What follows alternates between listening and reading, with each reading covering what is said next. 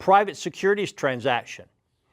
Now, a private securities transaction is where a registered representative will be offering securities that their firm does not offer. Offering securities their firm does not offer.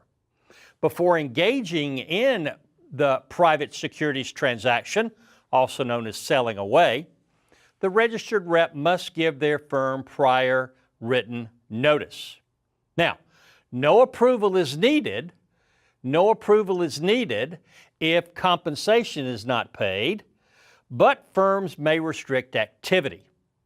Now, if the registered person is going to be compensated for selling these securities, then the registered person must get their firm's approval, and the firm will supervise the activity of the registered person, and the firm would carry the trades on their books and records.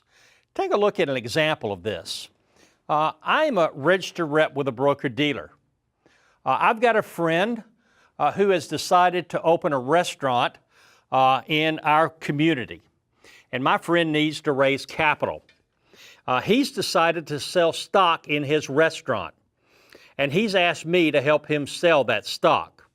So if I do that, if I help my friend sell stock in his restaurant, I would be offering securities that my firm does not offer. That would be a private securities transaction. That's selling away. What would have to happen? Before I sell these securities, I must give my firm written notice.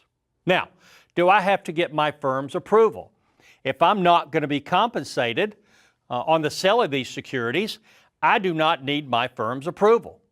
Now, my firm could restrict my activity. They could say, well, you're not going to sell during trading hours, or you're not going to sell while you're in the office, or you're not going to use our computers. So they could restrict my activity.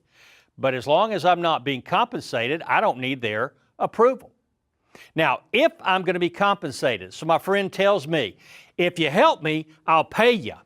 If I'm going to be compensated, now I've got to notify my firm and I've got to get my firm's approval.